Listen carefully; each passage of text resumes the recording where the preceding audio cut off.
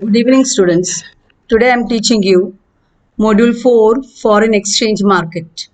According to Kindleberger, the foreign exchange market is a place where foreign currencies are bought and sold. The following are the important functions of a foreign exchange market. First one, transfer function. The basic and the most visible function of foreign exchange market is the transfer of funds, that is foreign currency, from one country to another for the settlement of payments. It basically includes the conversion of one currency to another.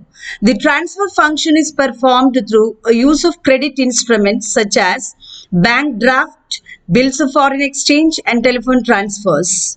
Second, credit function. It provides credit for foreign trade. Bills of exchange with maturity period of 3 months are generally used for international payments. Credit is required for this period in order to enable the importer to take possession of goods, sell them, and obtain money to pay off the bill. Third, hedging function. Hedging is a way for a company to minimize or eliminate foreign exchange risk. Through forward exchange market, traders can fix forward rates to cover risk. Next, purchasing power parity theory. This theory is given by the Swedish economist Gustav Cassel in the year 1918 to determine the exchange rate between two countries. According to him, the rate of exchange is determined by the purchasing power of the currency. It means the power of currency to purchase various quantities of goods and services. There are two versions. First one, absolute version. It states that the rate of exchange between two currencies should be equal to the ratio of price index in the two countries. That is, RAO is equal to PA divided by PB, where RAO is the exchange rate between two currencies. A and B are two countries and P is the price index. But the absolute version cannot be used practically because it has neglected the transport cost and real purchasing power. Second one is relative version. It states that changes in the equilibrium rate of exchange will be determined by the changes in the ratio of their respective purchasing power. Suppose India and UK are engaged in trade. India has to spend rupees 60 to purchase one basket of goods from UK at £1.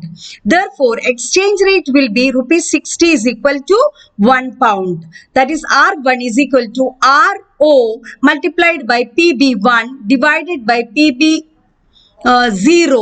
multiplied by PA0 divided by PA1.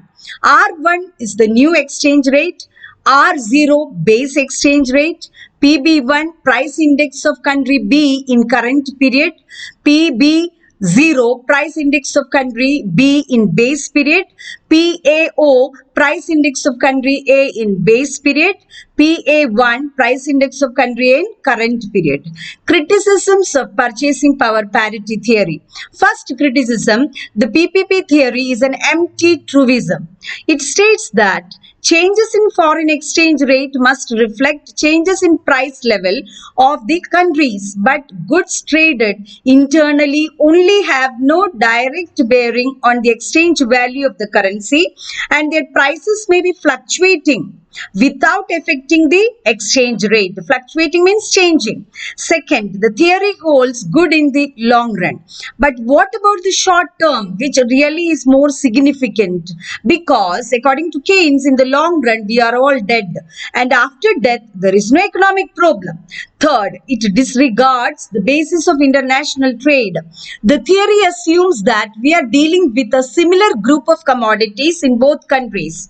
This assumption is not reliable when the very base of international trade is geographical specialization in production.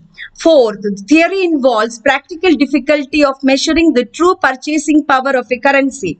The theory suggests the use of price indices for measuring the changes in purchasing power. But there are several kinds of price indices such as wholesale price index numbers, cost of living index numbers, etc. So the question arises, which of these index numbers should be used for calculating the changes in the purchasing power?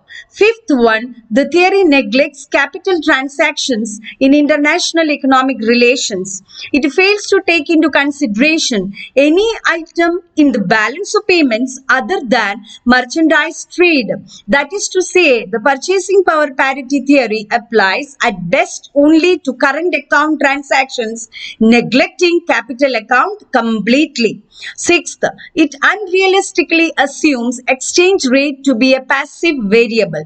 The theory assumes that changes in price level could bring about changes in exchange rates and not vice versa, that the changes in exchange rates cannot affect domestic price levels of the countries concerned.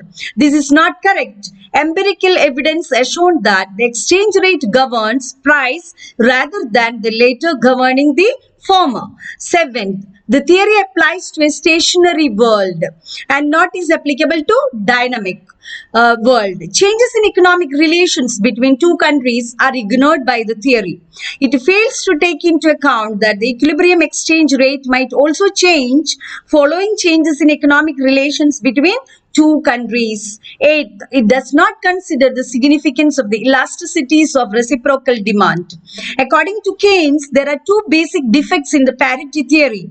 Namely, first one, that is, it fails to take into consideration the elasticities of reciprocal demand, and second, B, it fails to consider the influence of capital movements. Now, the important MCQs. The first one, the modern foreign exchange market functions in a system of dash. Answer, floating exchange rate. Second, the currency used for international transactions are called dash. Answer, vehicle currency. Third, dash enables an investor to earn high returns. Answer, leverage. Fourth, trading in foreign exchange has become fast and simple due to dash. Answer, improved technology. Fifth, the function which help in international clearing of debts. Answer, transfer function. Sixth, the function which enables the traders to fix forward rate is known as dash.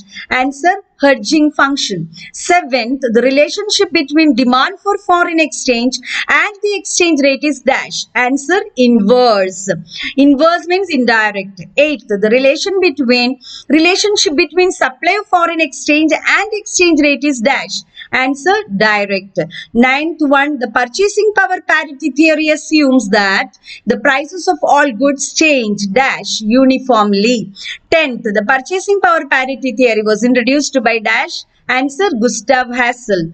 11th, speculators and arbitrageurs are interested in dash. Answer, making profit. 12th, simultaneously buying of one currency in one market and selling in another to make profit is known as dash. Answer, arbitrage. Thank you, students, and all the best to all of you for your examination. TYBCom SEM 6.